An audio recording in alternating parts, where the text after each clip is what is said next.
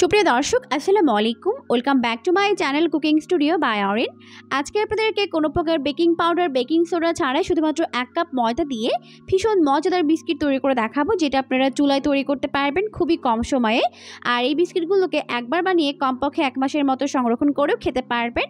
আর খেতে দুর্দান্ত মজার হয়, একবার তৈরি করে দেখবেন, পরিবারের ছোট বড় সবাই অনেক বেশি পছন্দ করবে আর অনেক মজা করে খাবে। বিস্কিট তৈরি করার জন্য প্রথমে এখানে একটি বোল নিয়েছি। এখন এর মধ্যে নিয়ে নিচ্ছি 1 কাপ পরিমাণ ময়দা, 1 চামচের 4 ভাগের 1 ভাগ পরিমাণ দিয়ে দিলাম লবণ, আর 1/3 কাপ পরিমাণ দিয়ে দিলাম গুঁড়া চিনি। আমি এটাকে বাসায় ব্লেন্ডার জারে গুঁড়া করে নিয়েছি, তবে আপনারা কিন্তু চাইলে বাজার থেকে কেনা আইসিং সুগারও ব্যবহার করতে পারবেন। এখন খুব ভালো করে সমস্ত উপকরণগুলোকে মিশিয়ে নিচ্ছে। ভালো করে মিশিয়ে দেওয়ার পর এখন আমি এর মধ্যে প্রথমে 1/3 কাপ পরিমাণ সয়াবিন তেল অ্যাড করে দিলাম। আপনারা কিন্তু চাইলে এখানে তেলের পরিবর্তে গলানো বাটার কিংবা গলানো ডালটাও ব্যবহার করতে পারবেন। তো এখন সব কিছুকে খুব ভালো করে মিশিয়ে নিচ্ছে।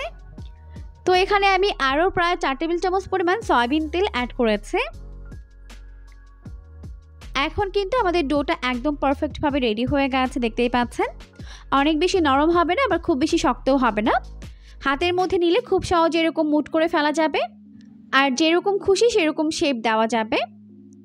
তো হাতের মধ্যে নিয়ে প্রথমে এরকম একটা গোল বলের মতো তৈরি করে নিলাম, এরপর মাঝখানে এরকম ডিপ করে নিলাম, ব্যাস তৈরি হয়ে গেল একটি বিস্কিটের শেপ।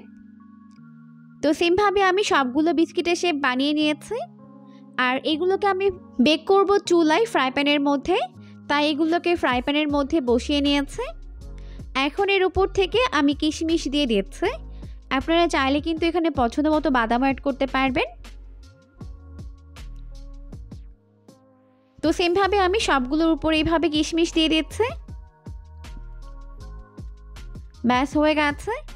এখন আমি এটাকে বেক করে নিব। তো এরপর আমি এটাকে চুলায় উঠিয়ে দিয়েছি বেক করার জন্য। এখন নিচে অবশ্যই একটি তাওয়া দিয়ে দিতে হবে।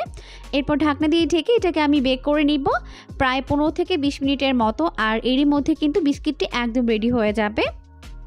এখন প্রায় 15 মিনিট পর আমাদের বিস্কিটগুলো কিন্তু একদম রেডি হয়ে গেছে, দেখতেই পাচ্ছেন।